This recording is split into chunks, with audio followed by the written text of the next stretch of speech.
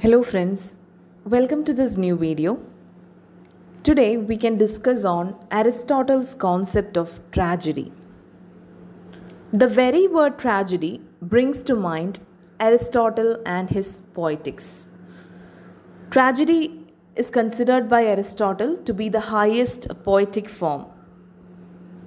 His definition of tragedy, Aristotle's definition of tragedy is like this. Tragedy is an imitation of an action that is serious, complete, and of a certain magnitude in language embellished with each kind of artistic ornament, the several kinds being found in separate parts of the play in the form of action, not of narration, through pity and fear, effecting the proper purgation of these emotions. This is the definition given by Aristotle. Tragedy, according to him, according to Aristotle, tragedy is a kind of imitation. Okay, tragedy is a kind of imitation, but it has a serious purpose.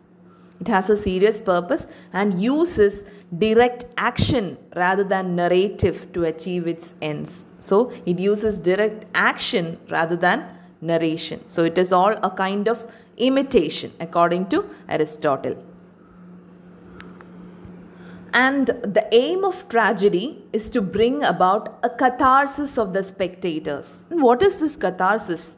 Catharsis is the purgation of emotions.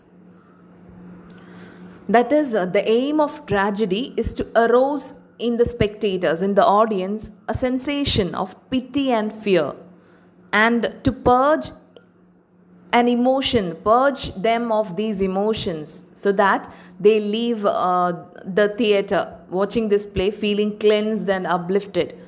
Okay, that means there will be a purification of emotions. Okay, this seeing the sufferings of the central character, it will create a sense of pity and fear in the spectators, and which may purify or cleanse their heart and feelings. Okay, so the final impact of the tragedy, according to Aristotle, must be this purifying of emotions, and this is termed as catharsis. Then, according to Aristotle, there are 6 constituent parts of a tragedy. They are plot, character, thought, diction, song, and spectacle. First one, plot. The plot, it's the most important part of a tragedy, and it means the arrangement of the incidents. Okay, and normally the plot is divided into 5 acts, and then each act is further divided into several scenes. And the dramatist's main skill lies in dividing the plot into acts and scenes in such a way that they may produce the maximum scenic effect in a natural development. Okay, the writer's main skill lies in dividing this plot into acts and scene, which may produce the maximum scenic effect. Okay, then next one, characters. Characters, we know, as we know, characters are men and women who act. Okay, and the next one, thought. Thought means what the characters think or feel during their career in the development of the plot.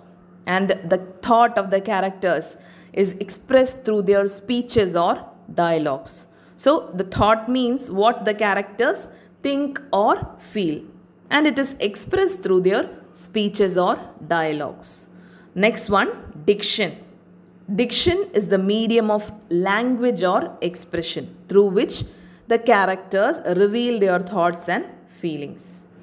The diction should be, as I said earlier, embellished with each kind of artistic ornament. Okay, so diction is the medium of language or expression through which the characters reveal their thoughts and feelings. And the song is one of these embellishments. Okay, the next one, song, it is one of these embellishments. And then the last one, spectacle. The spectacle is the theatrical effect presented on the stage. The theatrical effect which is presented on the stage, that is the spectacle. The decoration of the stage is the major part of the spectacle. Okay, but also includes scenes of physical torture, loud lamentations, dances, colorful garments of the main characters, etc. So these are the 6 major parts of tragedy according to Aristotle: plot, character, thought, diction, song, and spectacle. Then the tragedy cannot be written on a trivial subject. Okay, it has a serious purpose. Okay, it cannot be written on a trivial, silly subject. It can be a tragic story of a king, a prince, or a general, okay, with whose fate may be bound the fate of a whole state or a race. Okay, it must be the tragic story of a king, a prince, or a general. It cannot be written on a trivial subject. Okay, and with the fall of the hero, the whole state or race should fall. Okay, the hero of the tragedy should be essentially a good man. Okay, the hero must be a good man with a slight flaw in his character. Okay, there will be only a slight flaw, slight mistake in his character. But he is essentially a good man with a slight flaw in his character. And as such, his sufferings, fall and death, should produce powerful currents of pity and fear, which may purify or cleanse the heart and feelings of the spectators. As I said earlier, that is catharsis. Okay, the purification of emotions. That is, the final impact of the tragedy must be purifying. So, it cannot be written on a trivial subject. The tragic hero must be a king, a prince, or a general, and with his fate may be bound the fate of a whole state or a race. With the fall of this hero, the whole state or race should fall. He must be essentially a good man, but with a slight flaw, mistake in his character. Then, according to Aristotle, the plot is the soul of a tragedy. Okay, therefore it should have a very effective artistic arrangement. Okay, the plot is the soul of a tragedy. First, it should have unity of action, then unity of time. Aristotle mentioned only 2 unities, action and time, and unity of place is an addition of Renaissance critics. So, unity of action, no action should be presented on the stage which may not help in the development of the plot towards its conclusion. Okay, and unity of time, a play should represent an action that takes approximately the same amount of time as the play. And the unity of place, the play should cover a single physical space and should not attempt to compress geography, nor should the stage represent more than one place.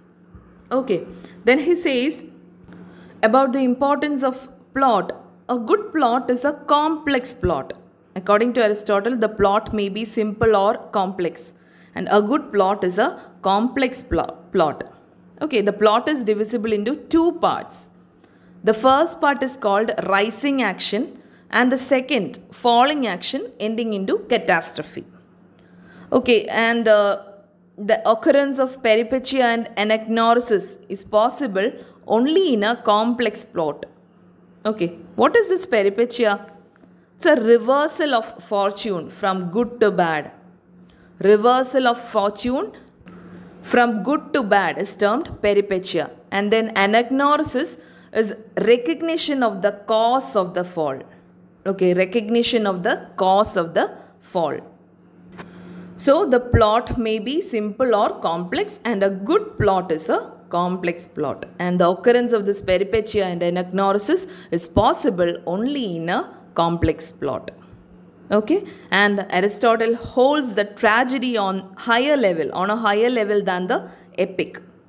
Okay, so this is a simple analysis of Aristotle's concept of tragedy.